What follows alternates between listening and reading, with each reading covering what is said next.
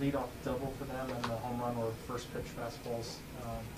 Just Dylan's been so good. What was that first time batters like to see it go that way? Yeah, it was 11 pitches, I think, and we were pretty far behind. It's a difficult start. We know that. There's no way around that. But Dylan went out there and gave us 6 innings. The game wasn't over just because we were 4 runs or 5-6 runs behind. It just gave us a little bit of it was a challenge. I mean, it's going to be uphill sledding at that point. But we weren't able to get anything going offensively. We had a few base runners. We hit a few balls good. We had some opportunities to get some things going. I don't think we had a great game offensively, but I think our approaches were fine. We hit some balls fine. It didn't come together. But the biggest part of the game, I think, was actually Dylan muscling up, going out there, throwing 6 innings on a day where if he was not able to figure some things out and give us some innings, we would have been in some a difficult spot. We would have been having to throw a handful of our relievers in this game, guys we didn't want to throw in this game. So he didn't want out of the ball game. He wanted to keep pitching, and it was a relatively good thing to see him go out there and get outs as the game went on. He's obviously been so clean so far this year. To see him kind of handle the adversity, I guess, did you learn anything about him in that process? I think he's a major league pitcher in a lot of different ways, but I think he actually has a bulldog mentality where nothing really throws him off. He fights, meaning he goes out there and nothing gets in his way. He keeps the same demeanor. He's very to the point. He just wants to get outs, and he's not going to let anything distract him from that. He threw the ball. Once he settled in, he threw the ball fine.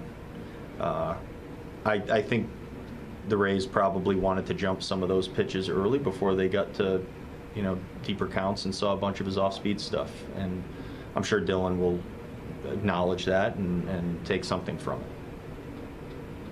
This is not it's a different Corey Kluber in ways from the Corey Kluber that you guys have seen in the past and was in the AL Central for so long. What helps him kind of keep you guys off balance such long? Yeah, he at this point in his career, he's still a good pitcher. I mean, he's got that, we were describing it in the dugout as that kind of extra movement on the ball.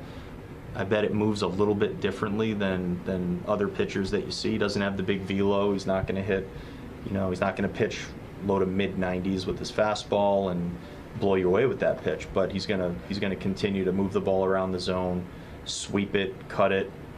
His changeup looked like a good pitch today too against our lefties.